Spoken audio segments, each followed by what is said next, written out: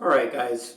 Quick tips on just doing some motivation to work out, especially during these times during COVID. Right now it's the very end of the year, so it's December 2020.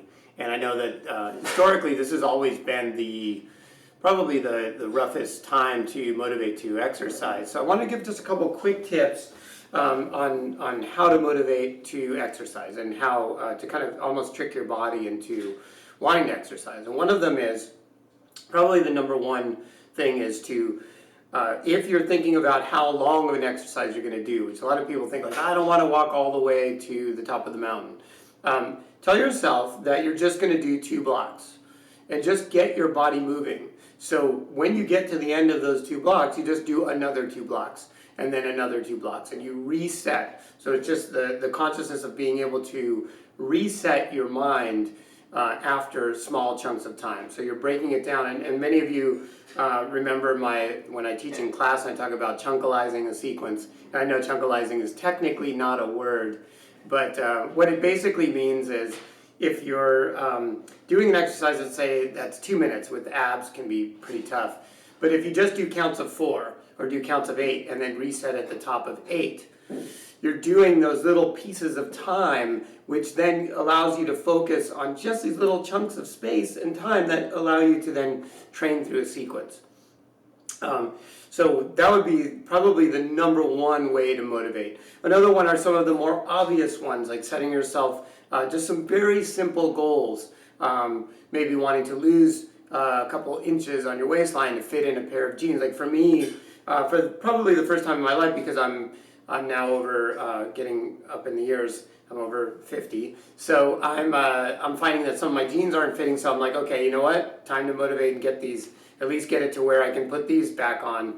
That might be another way for you to motivate. I don't use that too often, but I do use that occasionally as a motivator. Another thing too is to consider portions of when you're eating and you're thinking like, oh, I'm going to just eat until I'm full. Another way to offset your training is with your training in the kitchen. So instead of thinking like you got to burn 800 calories per day, also maybe consider knocking off 400 of those calories that you might take in, let's say 2,500 calories. A lot of the easy ways to do that is, for instance, having tea instead of, let's say, milk coffee, like a latte. You'd be surprised, a lot of people drink their calories and they're not aware of it. So another way to motivate is to train in the kitchen.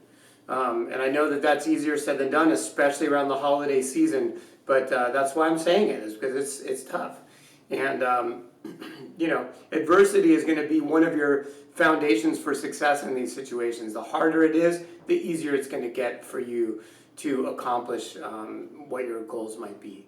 So another one too, being that it's going to be New Year's very soon, consider doing your New Year's resolutions before the New Year's. Don't wait until the actual, all of a sudden, it's 1/1/2021.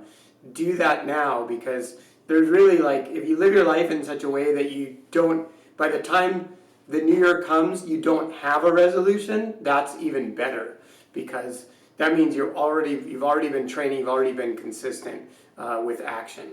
So anyway, those are just a couple ideas that might help you, and I hope to see you all. Again, I'm teaching right now Tuesdays, Thursdays at 7 p.m. online via Zoom, and Sunday at 11 a.m.